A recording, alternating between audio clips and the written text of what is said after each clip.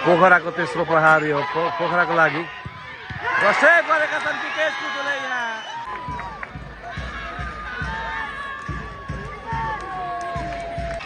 Tribhuvan army football club versus Laligurans association Pokhara बीच खेल गोलरहित बराबरी भएपछि टाई ब्रेकरबाट यहाँ छिनोफानो गरिँदैछ। पोखरा र यो आउट।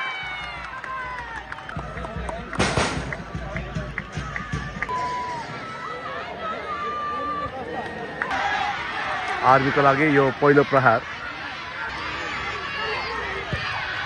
र गोल।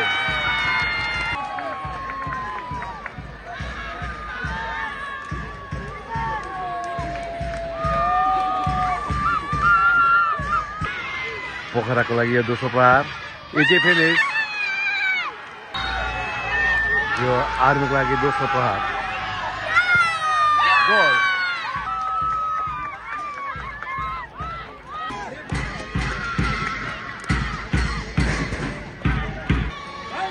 पोखराका लागि यो तेस्रो प्रहार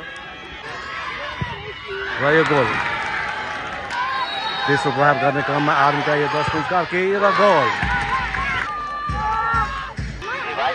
पोखराको तेस्रो प्रहार यो पोखराको लागि र सेभ गरेका छन् विकेश कुतुले यहाँ।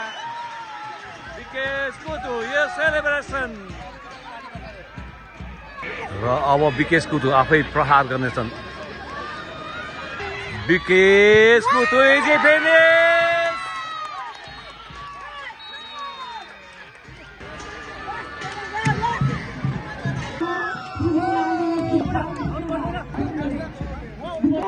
र यो अत्यन्त रोमाञ्चक र प्रतिस्पर्धाको भोलिको प्रतिस्पर्धा एटिएफ र आर्थिक आभार र कृतज्ञता व्यक्त गर्दछु। यो पुरस्कार